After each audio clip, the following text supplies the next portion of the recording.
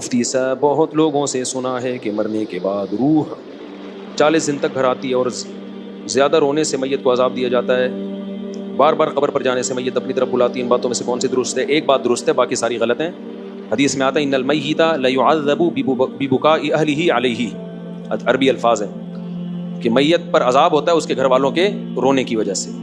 اب سوال پیدا ہوتا ہے چیخو پکار کر کے رو رہے ہیں، عذاب اس بیچارے کو کیوں ہو رہا ہے؟ یہ تھوڑی رو رہا ہے۔ تو علماء نے اس کا جواب دیا ہے کہ اس پر لازم تھا، اس کو پتا تھا کہ جب میرے خاندان میں یہ رواج ہے کہ میں مروں گا تو گریبان پھاڑ پھاڑ کے چیخ کے پورا محلہ سر پہ اٹھایا جائے گا، تو اس نے اس برائی سے ان کو زندگی میں روکا کیوں نہیں؟ تو گھر کا سربراہ اس برائی کا ذمہ دار ہوتا ہے نا جو گھر میں ہو رہی ہے،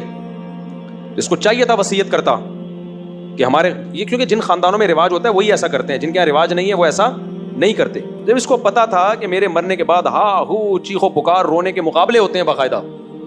جو نہیں رو رہا وہ سمجھتے ہیں اس کو تو محبت ہی نہیں تھی، لہٰذا جس کو محبت نہیں بھی ہونا وہ بھی دکھانے کے لیے رو رہا ہوتا ہے بہت چیخ کے۔ تو وہ صبر کا حکم ہے، رونے کی اجازت ہے، وہ تو محبت کا تقاضا ہے بھائی، لیکن ایسے چیخنا، عورتوں کی آوازیں گھروں سے چیخو پکار کی باہر جانا، یہ بہت بڑا گناہ ہے، اس پہ اتنی شدید وعیدیں ہیں،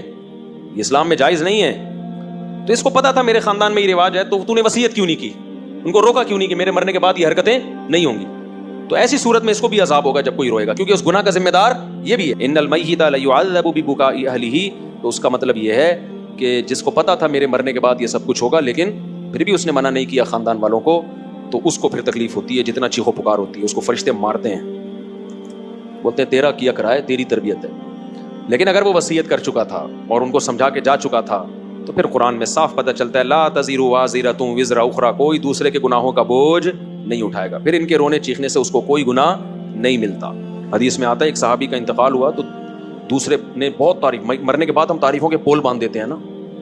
روایت میں ہے یہ جو میں آگے پیش کر رہا ہوں آپ کے سامنے، بہت تعریفیں۔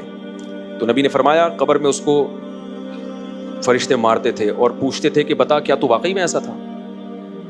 یعنی یقیناً تو ایسا نہیں تھا، تو کیوں جھوٹی تعریفیں کروا کے گیا لوگوں سے اپنی؟ بعض لوگوں کی عادت ہوتی ہے نا کہ وہ اپنی جھوٹی تعریفیں کروا کے اپنے غلط امیج دنیا کے سامنے، جو اچھا امیج ہوتا ہے لیکن وہ جھوٹا ہوتا ہے، تو ایسا اس کا امیج بنایا ہوا تھا